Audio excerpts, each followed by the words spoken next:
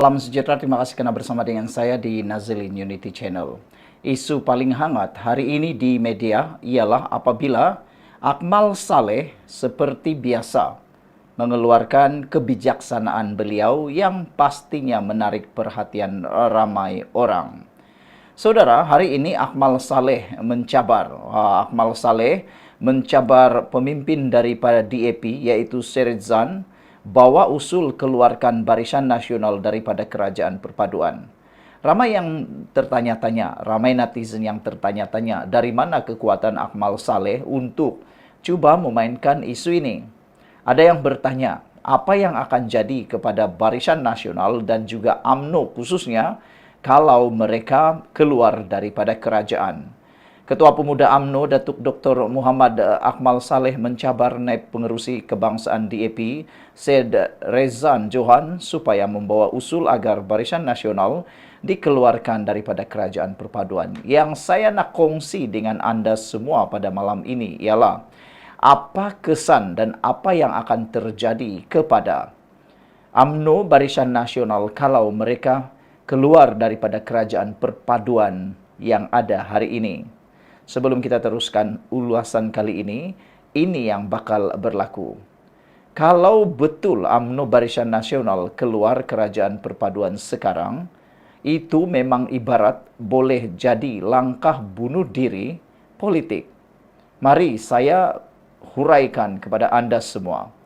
Sebelum saya huraikan kepada anda semua, bagaimana itu boleh jadi langkah bunuh diri politik UMNO kalau keluar daripada kerajaan perpaduan.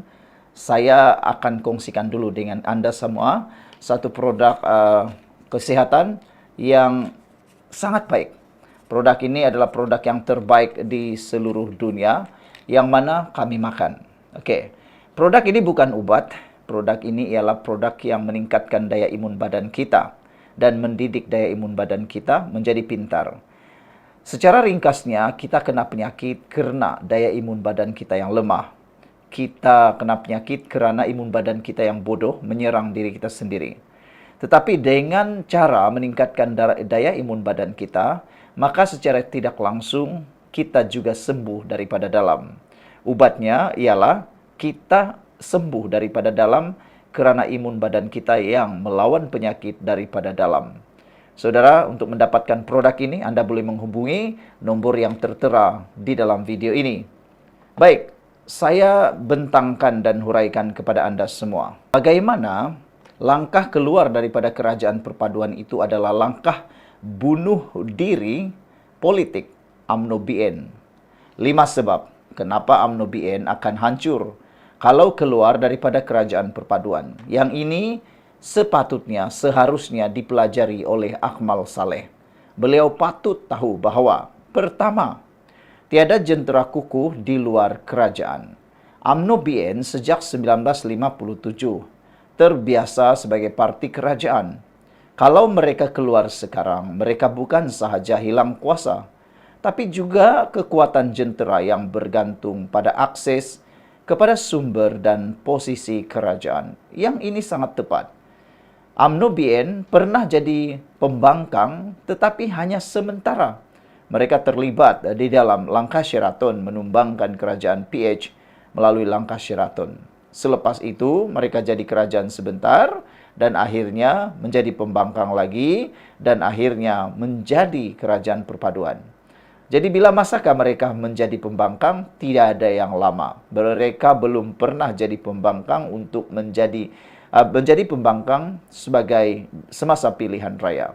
Jadi kalau mereka keluar, itu pasti akan membuatkan mereka kehilangan jentera kukuh. Kedua, rakyat masih marah dengan UMNO. Imej UMNO belum pulih 100% dari skandal dan kekalahan PRU 14. Walaupun Zahid berjaya menstabilkan semula parti dalam kerajaan. Tapi keluar sekarang hanya akan recall balik kemarahan rakyat pada PRU 14. Adakah ini Akmal Saleh sudah lupa? Kalau mereka keluar daripada kerajaan menyebabkan ketidakstabilan kerajaan sekali lagi, sudah tentu rakyat akan menyalahkan UMNO BN kalau mereka keluar parti.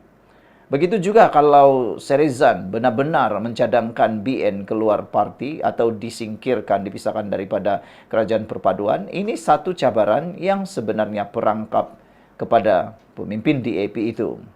Ketiga, PAS dan Bersatu takkan hormat UMNO. Kalau UMNO cuba balik ke PN, mereka hanya akan jadi budak suruhan, bukan pemimpin.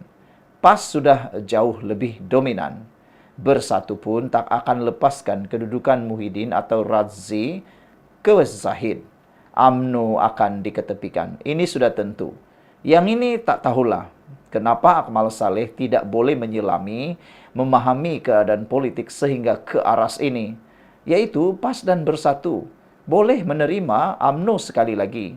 Tapi pastinya kali ini jika UMNO masuk sekali lagi dalam PN, mereka akan hanya jadi budak suruhan, bukan pemimpin. Selain daripada itu, mereka pasti masih mengingat Perikatan Nasional melalui Perdana Menteri mereka Muhyiddin Yassin pasti masih lagi terluka akibat dipecat secara menarik sokongan UMNO terhadap beliau, yang akhirnya terpaksa meletakkan jawatan dan menyerahkan jawatan tersebut kepada Ismail Sabri Yaakob. Luka berdarah semula. Tidak mungkin PN melupakan perkara itu, termasuklah Muhyiddin Yassin dan Bersatu. Yang keempat, sekiranya UMNO BN keluar daripada kerajaan perpaduan pada hari ini, akan pecah dua. Berlaku kluster Zahid menentang kluster pro-PN. UMNO dalam kerajaan pun sudah ada suara berpecah. Kalau keluar kerajaan, risiko perpecahan makin besar. Mungkin akan timbul UMNO 2.0 atau serpihan baru. Situasi ini melemahkan jentera, calon dan undi akar umbi. Yang kelima, inilah yang paling ditakuti oleh ramai orang, terutamanya UMNO BN, PAS, Perikatan Nasional, Bersatu, dan Pembangkang. Jika UMNO BN keluar daripada kerajaan perpaduan, Anwar sebenarnya tetap kukuh tanpa UMNO. Dengan kata lain, tiada UMNO bersama dengan Anwar pun tetap kukuh Anwar Ibrahim. Pakatan Harapan boleh survive tanpa UMNO jika perlu. Mungkin akan bergabung dengan parti lain seperti GPS, GRS, Warisan, dan Muda. Atau menarik ahli parlimen bebas. So, UMNO tak boleh ugut PH. Keluar daripada kerajaan perpaduan adalah bermaksud sama dengan tamat riwayat sendiri. Kesimpulannya, kalau Zahid tarik UMNO keluar sekarang, PRU 16 jadi kubur rasmi BN. Tiada tempat di PH, tiada kuasa dalam PN. Rakyat pula dah muak dengan politik lompat-lompat. Jadi akhirnya UMNO keluar kerajaan, jadi game over. Sekian dulu untuk kali ini. Jangan lupa tinggalkan komen Anda. Salam sejahtera, terima kasih karena bersama dengan saya di Nazlin Unity Channel. Isu paling hangat malam ini ialah satu soalan daripada netizen yang mana saya akan ulas malam ini. Pastinya Anda juga terfikir-fikir, bila agak-agaknya Rafizi akan langgar Anwar? Ini soalan yang paling panas, yang straight to the point, cukup berani dan cukup untuk kita bincangkan. Beranikah Rafizi Ramli langgar Anwar, atau bila agak-agaknya Rafizi akan langgar Anwar? Jawaban dia pendek saja, bro. Pendek saja. Paling awal hujung tahun 2025. Paling besar pun dalam pemilihan PKR 2026. Itulah jawaban dia. Mungkin paling awal bila Rafizi akan langgar Anwar ialah pada hujung tahun 2025. Atau paling awal dalam pemilihan PKR 2026. Kenapa itu berlaku? Tapi bro, mari kita pecah 3 fasa yang mungkin langgar Anwar tu. Ini 3 fasa yang mungkin akan dilanggar oleh Rafizi terhadap Anwar. Fasa yang pertama bro, persediaan di bawah tanah mungkin akan berlaku pertengahan hingga akhir tahun 2025. Atau dengan kata lain, mungkin akan berlaku underground. Jadi, apa pula pendapat Anda semua? Adakah berlaku pergerakan underground? Saudara, sebelum saya teruskan, saya nak kongsi dengan Anda semua satu produk yang paling kami percaya dalam keluarga kami. Produk ini produk Transfer Factor for Life. Produk ini bukan obat. Saya ulang 15 kali. Produk ini bukan obat. Produk ini adalah produk yang membantu untuk memulihkan daya imun badan kita sehingga 400% dan membantu untuk menjadikan imun badan kita bijak dan pandai. Karena kita kena penyakit, sebabnya paling penting ialah karena imun badan kita yang lemah. Kita juga kena penyakit karena imun kita yang terlalu bodoh sehingga melawan diri kita sendiri, menyerang diri kita sendiri. Dan kita juga sembuh kerana imun badan kita jadi kuat, kerana imun badan kita jadi pintar. Apabila itu berlaku, kita jadi sehat. Saudara, apa caranya? Mudah saja. Ambil produk ini, Anda akan sehat melalui peningkatan daya imun tubuh badan kita dan jadi pintar. Jadi siapa yang berminat dengan produk ini, sila lihat nomor telepon yang tertera ini. Baru sebentar tadi saja ada seorang kawan, testimoni beliau daripada Johor, Keluang Johor, menyatakan bahawa selepas mengambil produk Transofector ini, beliau kini lebih sehat dan penyakit gout serta kencing manisnya kini terkawal. Jadi apalagi jangan tunggu sampai terlewat. Ada juga orang yang cerita tentang kaki yang hendak dipotong, tapi akhirnya apabila mengambil produk ini, imun badannya meningkat, kakinya tak jadi dipotong. Baiklah, fasa pertama, persediaan bawah tanah. Adakah itu berlaku? Bro, ini tanda-tandanya kalau ia berlaku. Yang pertama, Rafizi jarang bersama Anwar secara terbuka sejak akhir-akhir ini, sebelum pun pemilihan PKR. Selain itu, kenyataan Rafizi juga mula berbeza nada dengan Perdana Menteri, terutamanya dalam isu ekonomi, subsidi dan ketirisan dasar. Rafizi juga aktif semula dalam media sosial, tetapi bukan sebagai menteri, sebaliknya sebagai pendekar reformasi. Kenapa ini penting, bro?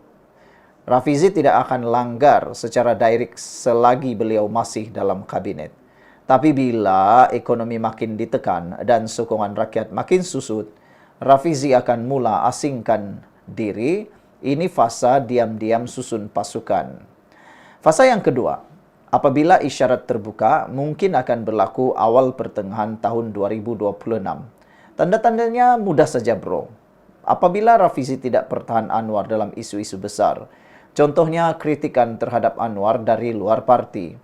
Kedua, beliau mula beri ucapan yang menggugat status quo, contohnya reformasi tidak boleh ditangguh lagi. Ketiga, muncul kem tersendiri dalam PKR yang terdiri daripada anak muda, akar umbi urban, dan pengundi celik media mula beri sokongan kuat kepada Rafizi. Tapi ingat, bro sekalian, guys, kena ingat, kena alert. Kalau Rafizi sudah mula kritik kepimpinan PKR secara langsung, itu tanda besar dia sudah sedia langgar. Dan fasa yang terakhir, yaitu fasa ketiga, apabila kalau Rafizi betul-betul berani langgar secara terang-terangan pemilihan PKR pada tahun 2026. Inilah klimaksnya, bro. Apa macam? Kalau Anwar masih mau pertahan jawatan Presiden PKR, Rafizi mungkin cabarnya secara terbuka. Tapi lebih realistik, Anwar undurkan diri dan Rafizi masuk bertanding jawatan Presiden lawan calon warisan Anwar, mungkin Saifuddin Nasution. Kempen Rafizi ketika ini akan berbau pemberontakan, tetapi berselindung di sebalik slogan seperti masa untuk reformasi asli, PKR perlu pemimpin era baru, atau reformasi tak boleh tunggu lagi. Inilah, bro, langgar sebenar, tapi licik bukan gaduh. Itu paling penting sekalian. Ini yang dikatakan langgar sebenar, tapi licik bukan gaduh.